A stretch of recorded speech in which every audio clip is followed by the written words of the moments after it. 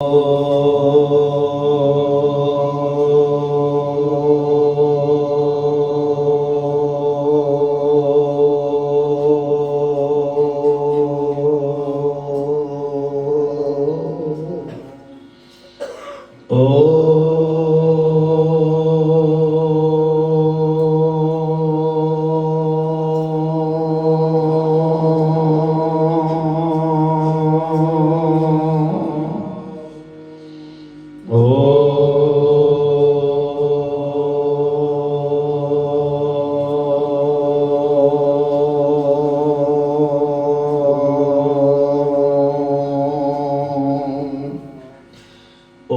नमो शिवाय। हरि ओम नमो शिवाय। ओम नमो शिवाय। हरि ओम नमो शिवाय। ओम नमो शिवाय। हरि ओम नमो शिवाय।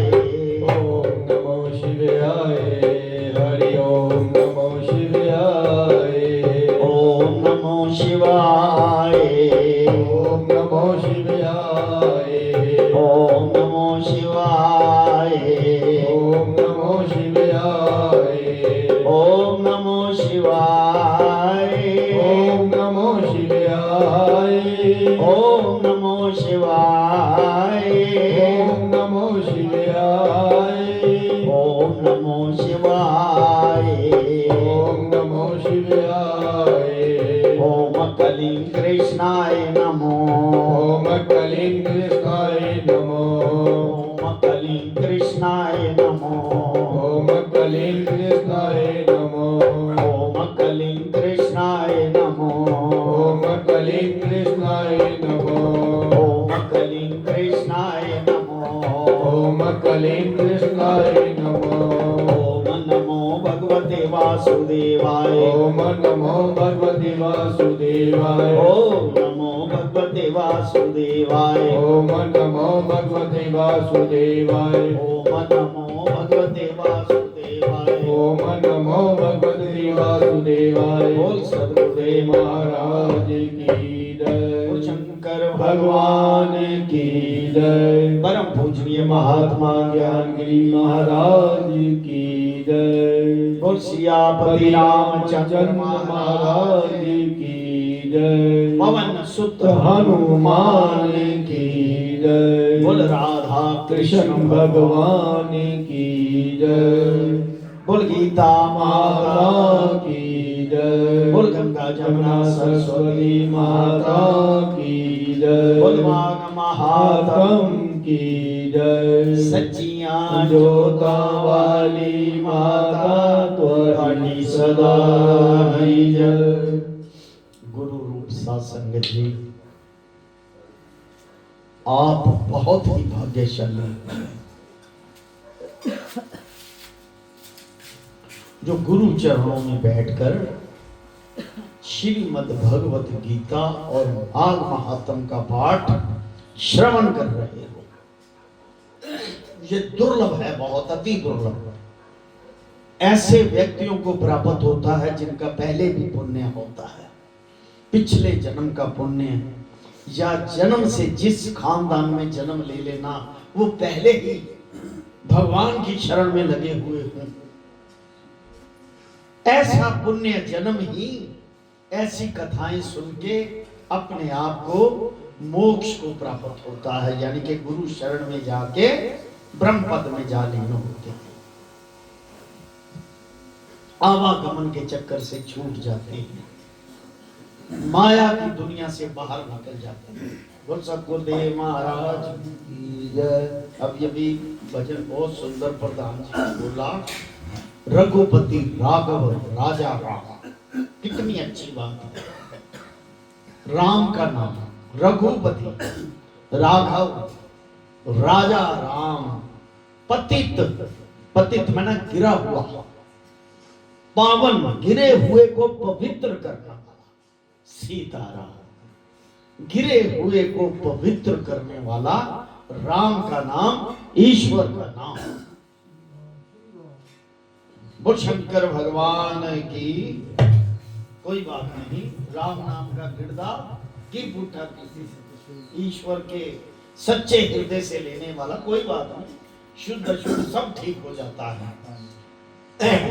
तो ऐसे ही चलता है। एक बार मेरे साथ जरूर को, मुझे बहुत अच्छा लगा ये, रघुपति राघव राजा राम पतित पावन सीताराम। रघुपति राघव राजा राम पतित पावन सीताराम। ईश्वर अल्लाह तेरो नाम सभी को सन्मति दे भगवान। ईश्वर अल्लाह तेरो नाम सबको सन्मति दे भगवान। रघुपति राघव राजा राम पतित पावन सीताराम। रघुपति राघव राजा राम पतित पावन सीताराम। सदगुरुदेव महाराज की जय। ये बड़े प्यार से 27वां अध्याय है माघ महात्म का। बहुत ही सुंदर बात है सुनने में। प्रेत कहने लगा कि हे पथिक, मैं इस समय तुम्हारे पास ये जो गंगा जल है मांगता हूं, क्योंकि मैंने इसका बहुत कुछ महात्म सुना है गंगा जल का।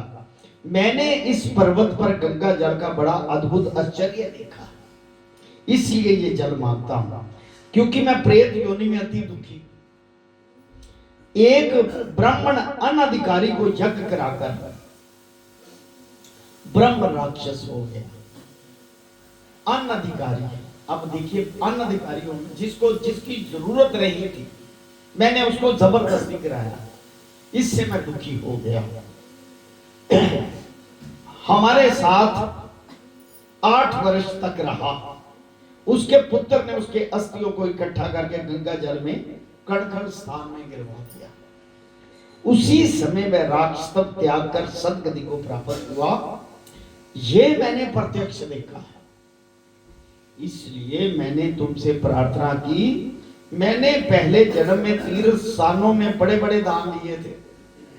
हर तीर्थ स्थान में जाके दान ले लेना और उनका प्रायश्चित नहीं किया। बोल सदगुरुदेव महाराज। धर्म के नाम का दान लेना, दान वो लेता है जिसको प्रायश्चित साथ में भजन करना कि मैंने इससे दान लिया है, इसको वो भगवान सुख समृद्धि दे और ताकि मैं इसको दान को लेकर मैं सुखी रह सकूं। नहीं तो दान बचाना बहुत मुश्किल होता, क्योंकि दान पात्र को दिया जाता है और पात्र से ही लिया जाता है। जिसकी श्रद्धा हो देने में, जबरदस्ती नहीं दान लिया जाता। श्रद्धा देने में हो और उसको सुख समृद्धि देने के लिए वो दान लेने का भी अधिकारी हो, कर्म कांडी हो, आशीर्वाद देने की ताकत रखता हो। ऐसे नहीं, भगवान ने कहा कि ब्राह्मण मेरा मुख है। ब्राह्मण कर्म से कह रहा हूं, चाहे वो कथा करता है, चाहे यज्ञ करता है, चाहे हवन करता है, कर्म कांड से, कर्म से कह रहा हूं। इसीलिए मैं हजारों वर्ष तक प्रेत योनि में रहा, जिसमें अन्न और जल मिलना अति दुर्लभ था। मतलब उसका प्रायश्चित नहीं किया मैंने दान लेकर, दुख पा रहा हूं। इस योनि में मुझको हजारों वर्ष बीत गए, प्रेत योनि में। इस समय आप जल देकर मेरे प्राणों को जो कंठ तक आ गए हैं बचा लो। कुष्ठ आदि रोग भी मनुष्य प्राणों को त्याग करने की इच्छा नहीं करता। देवदूती कहने लगे कि ऐसे उसे प्रेत के वचन सुनकर वह ब्राह्मण बड़ा विस्मित हुआ और अपने मन में विचारने लगा कि संसार में पाप और पुण्य के फल अवश्य भोगने पड़ते हैं। देव दानव मनुष्य कीड़े मकोड़े भी रोगों से पीड़ित होते हैं। बाल तथा वृद्धों के मर्म अंधा तथा कुबड़पन, ऐश्वर्य, दरिद्रता, पांडित्य और मूर्खता सब कर्मों से मिलती है। किसी को विद्वता मिल जाती है, ईश्वर बुद्धि दे देता है, वो विद्वान हो जाता है। कोई मूर्ख ही सदा रहता है, बुद्धि बुद्धि ही नहीं। मूर्खों जैसी 24 घंटे बातें करते रहना सब कर्मों से होता है। इस कर्म भूमि में जिन्होंने न्याय से धन इकट्ठा किया, न्याय से मतलब दोनों हाथों से कर्म करके, मेहनत करके धन इकट्ठा किया,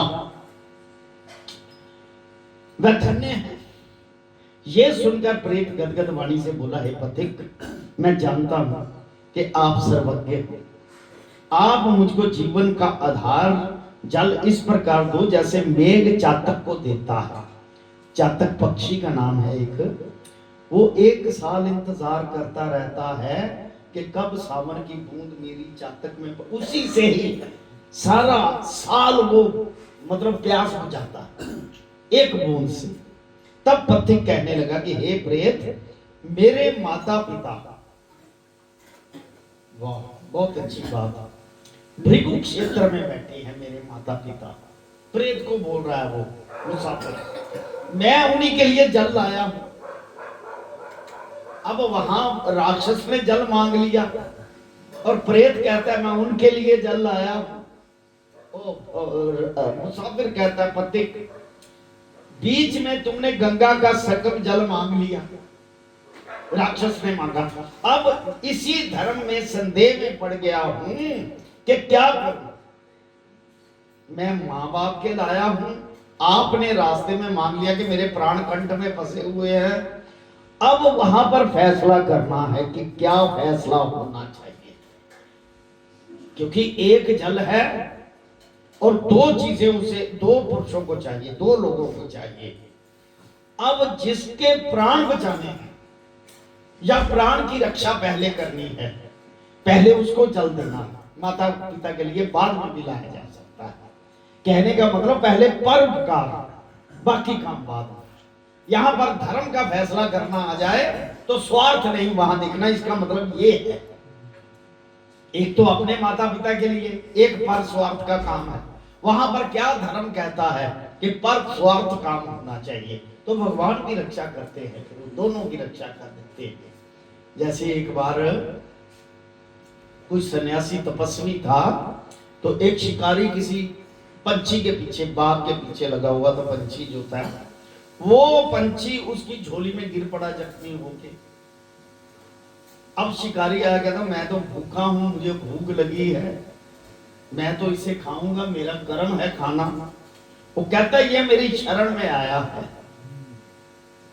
कहता फिर मैं भूखा मर गया तो आपको पाप लगेगा।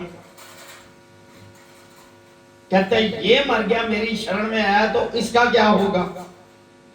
कहता अब आप फैसला करो। दोनों तरफ धर्म है। फैसला क्या किया उस सन्यासी ने, अपना मांस, पट का मांस काट के उसे दे दिया, ये तुम खा, इसकी भी रक्षा हो जाए, तुम्हारी भी भूख मिट जाए। ये होते हैं कर्म, सन्यासी के कर्म, धर्म के कर्म ये होते हैं। बहुत मुश्किल है इस तय तक पहुंचना। जिसने अपने जिस्म को जिस्म नहीं समझा वो ये काम कर सकता है। बोल शंकर भगवान की जय। सियावर राम जय जय राम, सियावर राम जय जय राम, मेरे प्रभु राम जय जय राम, मेरे प्रभु राम जय जय राम, मेरे श्री राम जय जय राम, मेरे श्री राम जय जय राम, करो कल्याण सीताराम, करो कल्याण सीताराम। कहता मैं इसी धर्म में पड़ गया हूं, संदेह में कि मैं क्या करूं, परंतु मैं यज्ञों को इतना नहीं मानता जितना प्राण रक्षा को मानता हूं, किसी की रक्षा करना। इसलिए प्रेत को जल देकर तृप्त करके माता पिता के लिए फिर जल ले आऊंगा। लोमच ही कहने लगे कि इस प्रकार उस पथिक ने गंगा जमुना के संगम का जल उस प्रेत को दिया। उस प्रेत ने प्रीति पूर्वक जल को पिया उसी समय वह प्रेत शरीर को छोड़कर दिव्य धारी हो गई। वो शंकर भगवान की यानी कि परोपकार कर दिया, वो दिव्य विभूति बन गया जो राक्षस योनि में था। केरल कहने लगा कि बिंदु मात्र जल गंगा जल से प्रेत मुक्त ही हुआ। हम समझते हैं कि ब्रह्मा जी भी इस जल के गुण का वर्णन नहीं कर सकते, नहीं तो महादेव जी इस जल को मस्तिष्क पे क्यों धारण करते, इसका तो व्याख्या ब्रह्मा भी नहीं कर सकते। ऐसा कहा मुनि। इस संसार में जो मनुष्य काया वाचा और मनसा से पापों में रंगे गए, शरीर से पाप, मन से पाप और वचन से पाप, काया वाचा मनसा से पापों में रंगे गए हैं, वे गंगा जल से के बिना नहीं धुल सकते। गंगा जल के बिना नहीं। गंगा जल के सेवन से मुक्ति सदा सन्मुख खड़ी रहती है। जिसके जल को स्पर्श करते ही प्रेत प्रेतत्व को छोड़कर मुक्ति को प्राप्त होते हैं। जो गंगा स्नान करता है वह वैष्णव पद को पाता है। बोल सद्गुरुदेव महाराज की जय। यदि संबंधी लोग जल से तर्पण करें तो नरक में रहने वाले पितर लोग भी स्वर्ग में चले जाते हैं। अगर सारे परिवार के संबंधी जी जितने भी हैं गंगा जल से तर्पण करके कहें कि मेरे जितने भी पितर हैं, अवगत हैं, या उनकी गति नहीं हुई, या वो देवलोक या ब्रह्मलोक को नहीं गए, गंगा को हाथ लेके प्रार्थना करें मन से, वचन से, कर्म से, तो वो भी कहते हैं ब्रह्मलोक को चले जाते हैं, स्वर्ग को चले जाते हैं सारे पितर, और स्वर्ग में रहते हुए ब्रह्म तत्व को प्राप्त करते हैं। गंगा जल के सिवाय उसके समान कोई मुक्ति का साधन नहीं। वह प्रेत वहां से चला गया और एक मास में जब माघ मास आया तब उसने सुने हुए प्रयाग महात्म के अनुसार गंगा जमुना के संगम पर स्नान करके पिशाच शरीर को धारण कर भक्ति पूर्वक नारायण की स्तुति करता हुआ वह द्रविड़ देश का राजा गंधर्वों से सेवक उत्तम विमान पर बैठकर इंद्रावती को गया। बोल शंकर भगवान की। सो हे द्विज, ये इतिहास पापों को जल्दी ही नाश करता है, इससे धर्म का ज्ञान होता है, ये पुण्य यश तथा कीर्ति को बढ़ाने वाला है, ज्ञान तथा मोक्ष को देने वाला है। तुम भी सदगति को पाने के लिए प्रयाग चलो, वहां पर हम ऐसा स्नान करें जो देवताओं को दुर्लभ होता है। प्रयाग का मतलब कि जितने भी तीर्थ स्थान हैं उनमें प्रयाग सर्वश्रेष्ठ है, और जो गुरु स्थान है वो प्रयाग के समान तुल्य है। जितने देवालय, जितने भी जगह पे जाके आप स्नान कीर्तन भजन करते हैं वो प्रयाग के बराबर है, ये ध्यान रखना। क्योंकि धर्म का काम कहीं भी किया जाए वो जगह पवित्र हो जाती है। जहां पर धर्म स्थल बन जाए, धर्म का काम हो, वो स्थान पवित्र हो जाता है। वहां पर हम ऐसा स्नान करें जो देवताओं को भी दुर्लभ होता है। वहां पर श्राप से पैदा हुआ पिशाचन सब नाश को प्राप्त हो जाएगा। इस प्रकार लोमल जी के मुख से अमृत में मधुर कथा को सुनकर मानो अमृत पीकर सब प्रसन्न हुए और पाप रूपी समुद्र से पार हुए। उन्हीं के साथ सब लोगों ने दक्षिण दिशा को प्रसन्न किया। शंकर भगवान की। सियावर राम जय जय राम, सियावर राम जय जय राम, मेरे प्रभु राम जय जय राम, मेरे प्रभु राम जय जय राम, मेरे श्री राम जय जय राम, मेरे श्री राम जय जय राम, करो कल्याण सीताराम, करो कल्याण सीताराम, शंकर भगवान की जय। 28 माघ महात्म का बड़े प्यार से वशिष्ठ जी कहने लगे, हे राजा दिलीप, बहुत से जन समूह सहित अछोत सरोवर में स्नान करके सुख पूर्वक मोक्ष को प्राप्त हो गए। यानी कि जो गंगा का जल है उस सरोवर में, प्रयाग में, हरिद्वार में या तीर्थ ऐसा हो जहां पर गुरु की महिमा गाई जाती हो, प्रभु की महिमा गाई जाती हो, वहां पर कहता संसार रूपी इस तीर्थ राजा को सब श्रद्धा पूर्वक से देखो। लोमा जी ऐसा कह रहे हैं कि सभी सुख पूर्वक मोक्ष को प्राप्त हो। यहां पर 33 करोड़ देवी देवता आकर आनंद पूर्वक रहते हैं। ये अक्षय वट है जिसकी जड़ें पताल तक गई हैं। और मार्कंडे ऋषि परले के समय जिस भगवान के मुख में रहते हैं वे भगवान इसी अक्षय वट का आश्रय लेते हैं। मार्कंडे ऋषि जी जो है ना, सप्त चिरंजीवी और 8वें की जिनकी तलाश है, कहते भगवान के मुख में रहते हैं परले तक। अभी परले का वो भी चिरंजीवी, जिस दिन वो मिल गए और कल की भगवान आने वाले हैं जो उनकी सहायतार्थ वो उनका इंतजार कर रहे हैं कि कब अधर्म का नाश करके फिर धर्म की स्थापना करके सतयुग आ जाए। सतयुग में 100% यानी कि 100% जिसे कहते हैं पुण्य होते हैं। वहां पर भगवान को सिर्फ एक ही शख्स के लिए आना पड़ा, प्रहलाद है। त्रेता युग में 75% पुण्य और 25% पाप। द्वापर में 50% पुण्य 50% पाप और कलयुग में केवल 25% पुण्य धर्म और 75% पाप। ऐसे ऐसे इसलिए कलयुग की उम्र सबसे कम लिखी गई है और कम कही गई है कि पापों का नाश करने के लिए ऐसा होता है।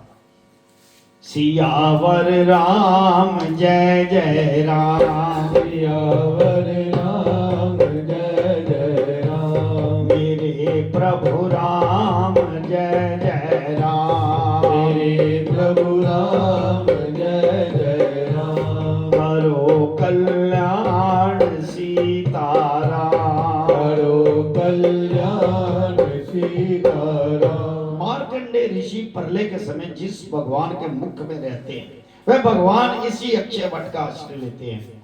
यही शिव जी की प्रिय भक्ति भागीरथी है जिसकी सिद्ध लोग सेवा करते हैं। ये गंगा स्वर्ग के हेतु पताका है। भागीरथी गंगा को कहा गया। भागीरथी गंगा इसे कहते हैं। वो भगवान शंकर जी की जटा से उन्होंने नीचे अवतरित कराने के लिए घोर तपस्या की कि मेरे पितर जो नरकों में गए हैं उनका कल्याण हो सके, इसलिए इसे भागीरथी कहते हैं जिसकी सिद्ध लोग सेवा करते हैं। ये गंगा स्वर्ग के हेतु पताका झंडा है स्वर्ग के, गंगा स्नान करना। इसलिए साल में कम से, क्योंकि देव लोग है ना, साल में कम से कम एक बार स्नान करे तो एक दिन का स्नान बन गया आपका, यानी कि रोज का स्नान बन गया। अगर साल में एक बार बने सीधा देव लोग। इसका जल पीने मात्र से मनुष्य मुक्त हो जाता है। यहां तक सन्यासियों ने कहा है कि गंगा की हवा, जहां दो सन्यासी आपस में बात कर रहे हैं ना, कहते गंगा की महिमा बताओ। कहते गंगा घाट से आए हैं, उनकी महिमा कहते हैं कि गंगा की हवा जिस शख्स को स्पर्श कर देती है वो मोक्ष का अधिकारी है। अब गंगा का कितना महात्म, उसकी हवा जिसको स्पर्श करे।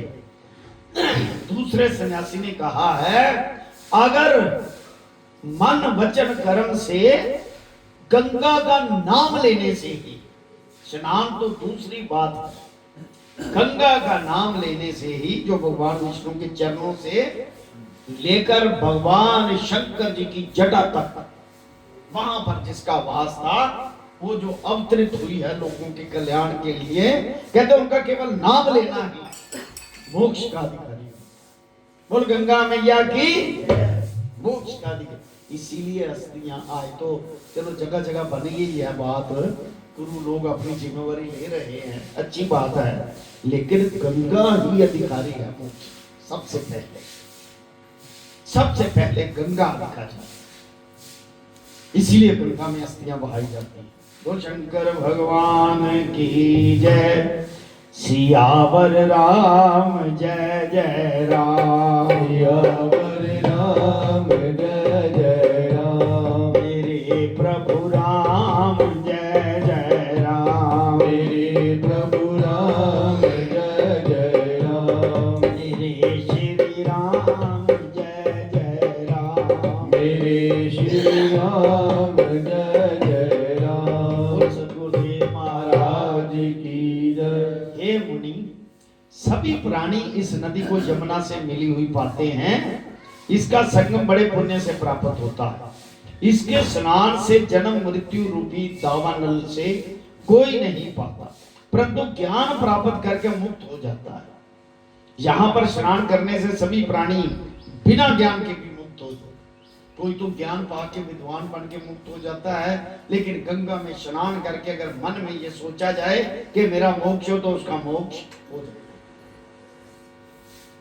यानी कि गंगा का इतना महत्व है, गंगा के जल का। सभी प्राणी बिना ज्ञान के मुक्त हो जाते हैं, लेकिन ब्रह्मा जी ने यहाँ यज्ञ करने की इच्छा की थी। इसी संगम में भगवान विष्णु ने स्त्री प्राप्ति की इच्छा से स्नान करके लक्ष्मी जी को प्राप्त किया।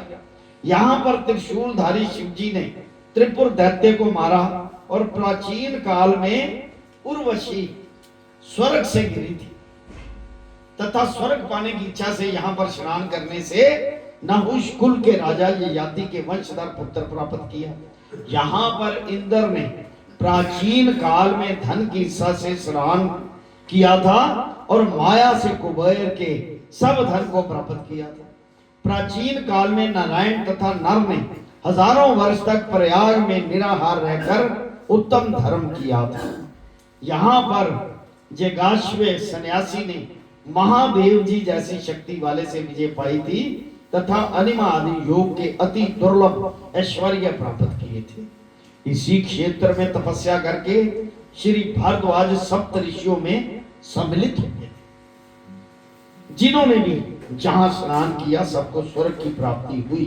जो इस त्रिवेणी में प्रयागराज में गंगा जमुना सरस्वती के संगम में स्नान करता है उसको स्वर्ग की प्राप्ति होती है। इसलिए हमारे विचार से तुम त्रिवेणी में स्नान करो। इस स्नान से पहले किए हुए तुम्हारे सब पाप नाश हो जाएंगे और संपूर्ण वैभव को प्राप्त हो जाओगे।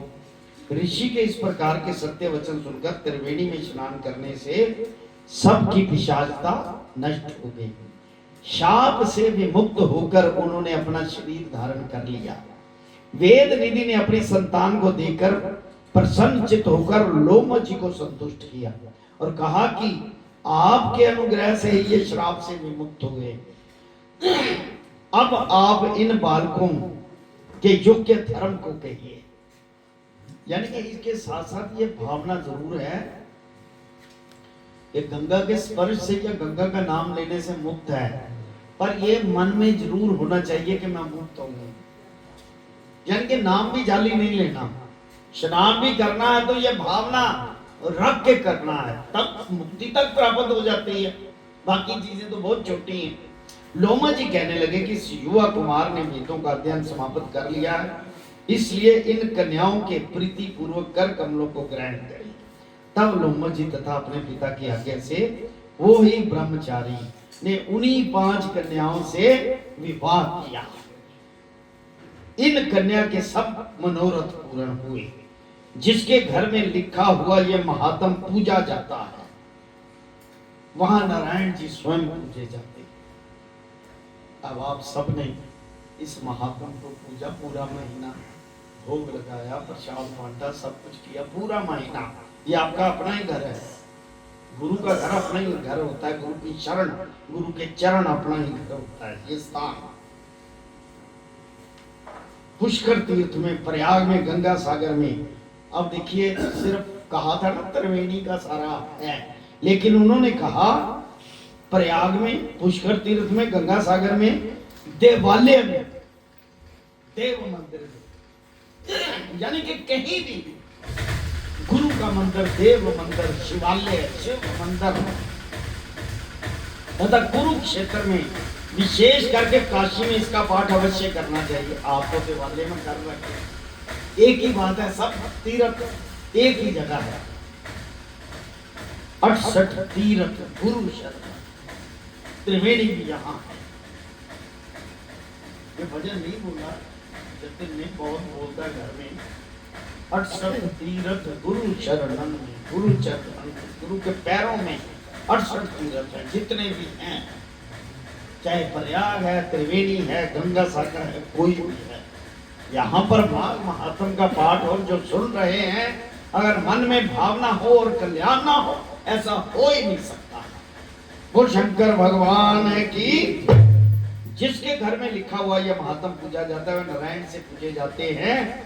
और पुष्कर तीर्थ, प्रयाग में, गंगा सागर में, देवालय में, कुरुक्षेत्र में, विशेष करके काशी में इसका पाठ अवश्य करना चाहिए। पुष्कर तीर्थ में ग्रहण के अवसर पर इसके पाठ का दुगना फल प्राप्त होता है और मरने पर वैष्णव पद को प्राप्त होता है। अब बात आ गई कि इनमें स्नान करने से, देवालय में, मंदिर में पूजा पाठ करने से, त्रिवेणी में, गंगा में या किसी भी तीर्थ स्थान में माघ महात्म सुनने से या स्नान करने से वहां पर जो फल प्राप्त होते हैं, अंत में मरने पर वैष्णव पद प्राप्त होता है। यानी कि पहले जितनी भी, ये नहीं कि आप आज स्नान किया तो आज ही मुक्ति होगी। जितनी उम्र लिखी है, जितने भोग भोगने हैं, लेन देन जितना समाप्त करना है, वो करके वैष्णव पद को जाए। और शंकर भगवान। अब माघ व्रत का उद्यापन विधि, कैसे इसको पूजा जाता है। माघ मास में पूर्णिमा को प्रातः काल गंगा, जमुना, सरस्वती के संगम में या किसी भी नदी में स्नान करके पवित्र होकर उसी क्षेत्र में एक मंडप बनाकर उसमें भगवान विष्णु की स्थापना करें। ब्राह्मण को बुलाकर गौरी, गणेश तथा नवग्रह की स्थापना करके सत्यनारायण भगवान का पूजन करें और कथा श्रवण करें। ये सब ने आपने हवन करके, पूजन करके देवी देवता को बुलाकर और कथा का आरंभ किया।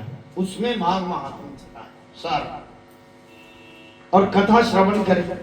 तत्पश्चात एक वेदी बनाकर वेदी के पश्चिम भाग में बैठाकर तिल, चावल, जौ, गुग्गल और घी का हवन करे जो आपने किया। तदुपरांत ब्राह्मणों का वर्ण करे, ब्राह्मण को दक्षिणा दे, वर्ण करे। बाद में सर्वतोभद्र चक्र बनाकर ब्रह्म आदि देवताओं का पूजन करके वहां कलश के ऊपर स्वर्ण की लक्ष्मी विष्णु मूर्ति स्थापित करे। जो आपने पूजा करके सारा कुछ स्थापित किया, सब कुछ किया होगा। इंद्र विष्णु रीति से इस मंत्र से आवाहन करके पुष्प सूक्त के मंत्रों से षोडशोपचार पूजन करे। पलंग के साथ 5 वस्त्रों को तथा ब्राह्मण को लोटा, धोती, अगोचा, छाता, खड़ाऊ, आसन, माला, जनेऊ, जोड़ा और स्वर्ण मुद्रा, तिल आदि का दान करके और गौ दान करके विसर्जन करे। इसके पश्चात यानी कि ब्राह्मण को जो भी यथाशक्ति, लास्ट में लिखा हुआ है दक्षिणा हो, तो हमने पहले पूजन करके सारा कुछ करके दक्षिणा आप लोगों ने दी है। इसके पश्चात गीत, कीर्तन, वाद्य आदि मंगल गान और उत्सव मनावे तथा यथाशक्ति ब्राह्मणों को भोजन करावे। जो आप लोग करते हो, लास्ट में लंगर लगाते हो, ये यथाशक्ति है सारा कुछ। और यथाशक्ति उनको दक्षिणा। अब जहां पर सोना दान कहा, बाद में कहा यथाशक्ति। जो आपके पास तिलफुल है वो दान करेगा। जो मनुष्य माघ मास में इस महात्म को पढ़ता है या सुनता है तथा उपरोक्त रीति से उद्यापन करता है, तो इस व्रत और उद्यापन से कुल के 7 जन्मों के किए गए संपूर्ण पाप नष्ट हो जाते हैं। यानी कि पूरे कुल के 7 जन्मों के पाप नष्ट हो जाते हैं।